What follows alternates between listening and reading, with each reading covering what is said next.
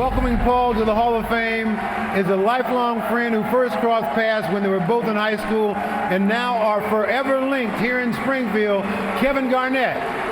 He is the truth, the whole truth, nothing but the truth, Paul Pierce.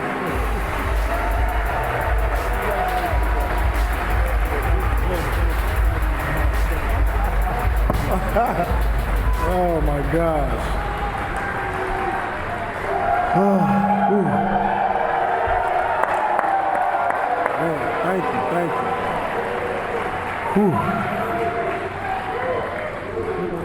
This is an honor. This is true honor, man.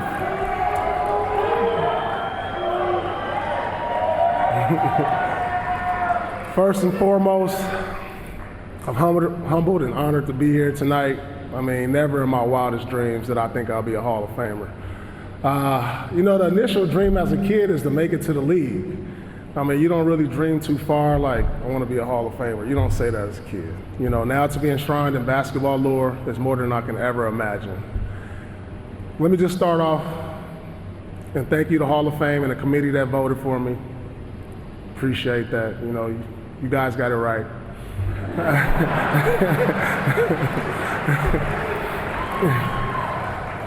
I'd like to especially thank the late, great David Stern and Adam Silver. David, that was a great handshake. Best handshake I ever had, by the way. Start off with my mom. My mom, she couldn't be here tonight. You know, she's still here. She's getting older, couldn't travel, but I want to start off by telling you I love you. I know you had a lot of sleepless nights dealing with me, and I appreciate the sacrifices that you made, your hard work, your dedication, your stubbornness that made me the man I am today.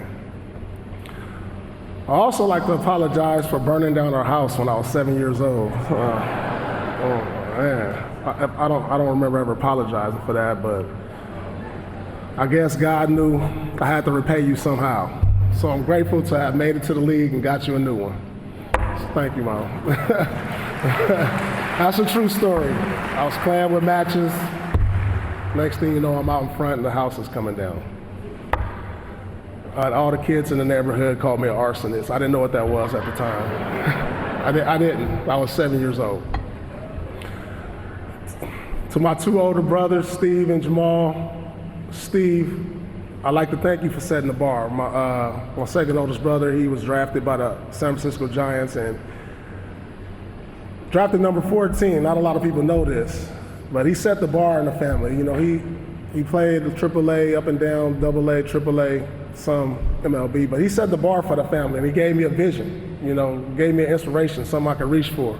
And so I'd like to thank you for setting that bar, Steve. My other brother, Jamal, thank you.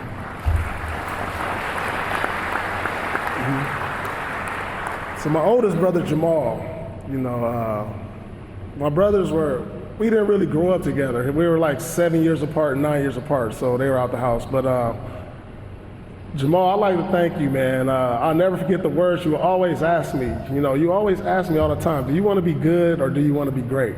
And I said, you know, I want to be great. And I've always maintained that I wanted to be great, and that's what kept me driven and focused throughout my career. So thank you for, you know, those words and installing that into me.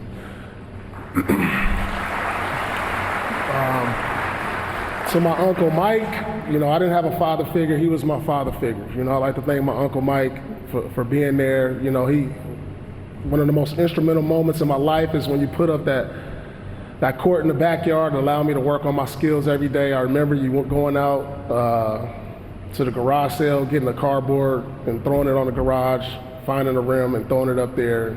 Didn't have a net at the time, but, you know, I had something to shoot on. So I thank you for that and being a father figure.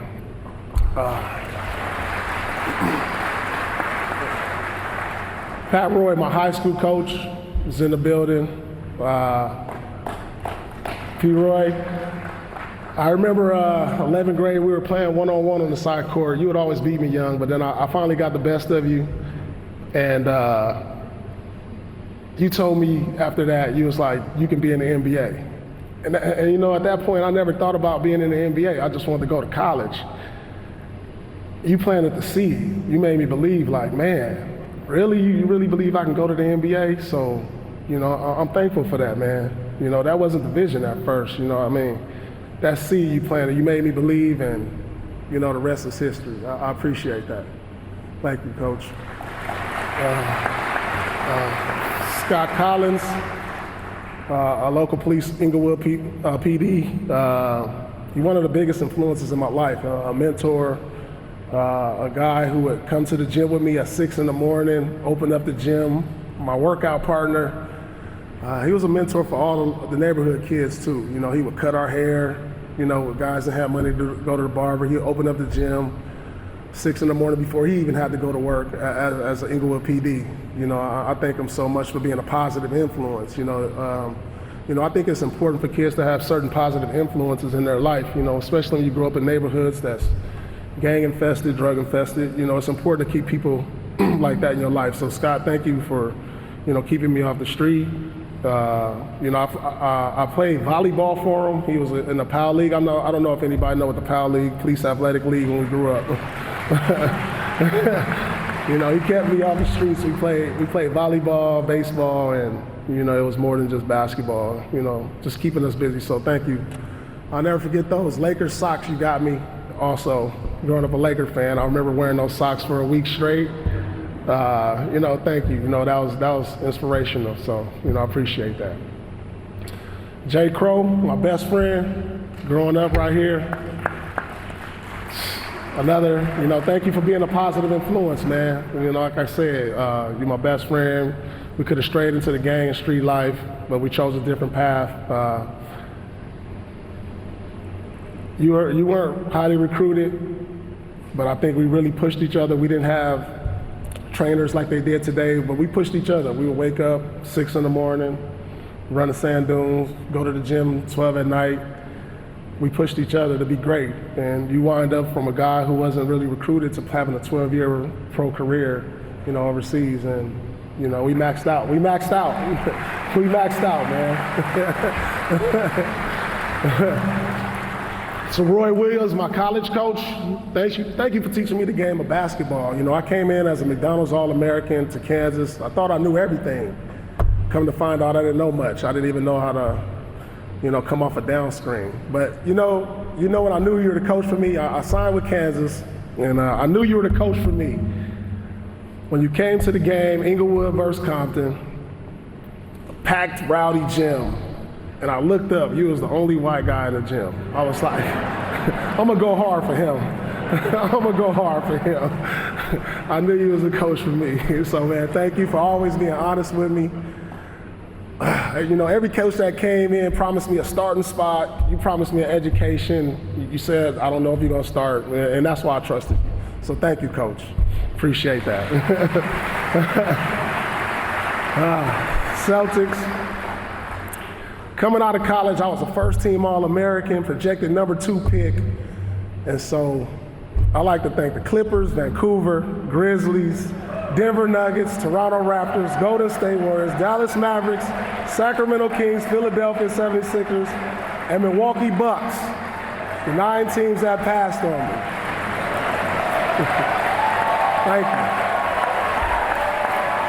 Thank you. I appreciate that. Thank you for passing on me and adding fuel to my fire. I appreciate that. I'd like to thank Rick Pitino, the coach at the time, Lester Connor, for going out and on the limb and drafting me. To this day, I don't understand how I slipped to #10. I'm like, I was in shape, my shot was falling, I was running the line drills. I was like, how did I slip to 10? But you know, everything happened for a reason. You know, everything happened for a reason. You know, going to the Celtics, I'm grateful. Danny Ainge, Wick Grossbeck, Steve Paliuka, thank you for believing in me. I honestly thought Danny was gonna trade me. You know, he came in and just traded everybody. Traded Antoine. I was like, man, it's over for me. But y'all stuck with me. You know, we went through some tough times, and I appreciate you. You know, it took 10 years for you to bring this guy around. I mean, I told y'all in 2006, if we get here, we gonna win it. True story. I was like, hey, I mean, we had arguments on who was gonna go to, if I was gonna go to Minnesota or he gonna come to Celtics. And you know, it worked out. But anyway, Doc, I can't even lie, man.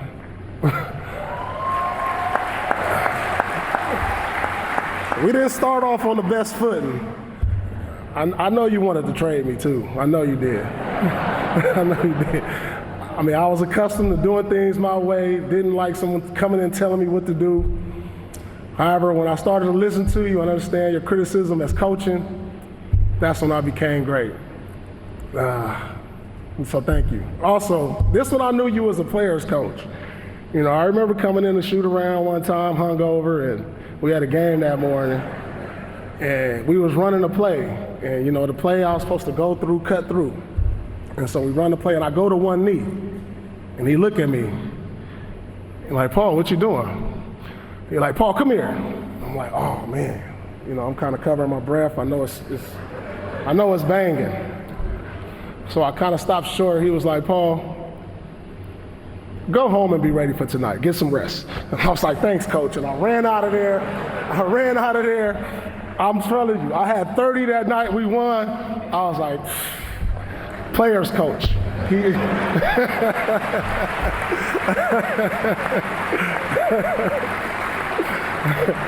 To all my teammates I ever played with and coaches I played for, there's too many to name, so I'd like to thank all of you. I think that goes without saying, KG, you were the most influential.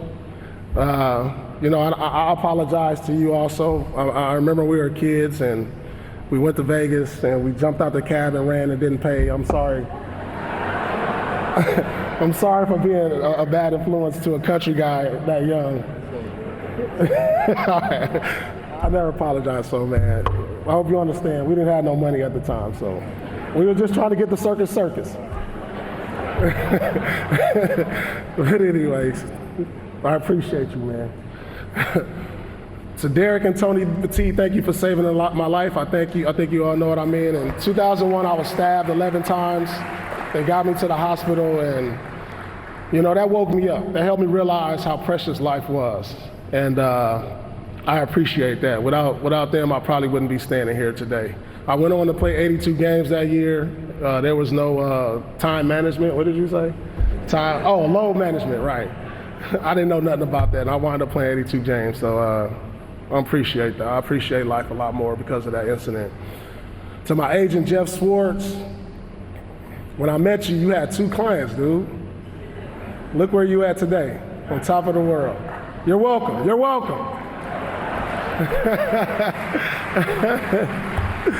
All right. Oh my goodness.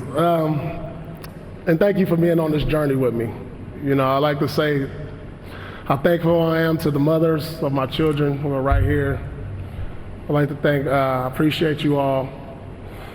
To my kids, Brianna, Jazzy, Prince, Soleil, 3 girls, 1 boy. I remember Ray Allen said, when I had the 2 girls and a boy, he said, if you ever needed a boy, I could be there for you. I think he got like 4 or 5 boys. I was like, whatever, Ray, whatever. You ever need a girl, holla at me.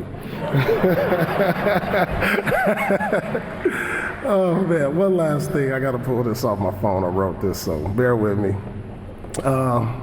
You know, just I guess, you know, my last words are, you know, to my kids, never doubt that you are valuable and powerful and deserving every chance and opportunity in the world to pursue and achieve your dreams. Remember, you only fail when you stop trying. Never forget that whatever you go through, no matter what, I will always love you. Thank you.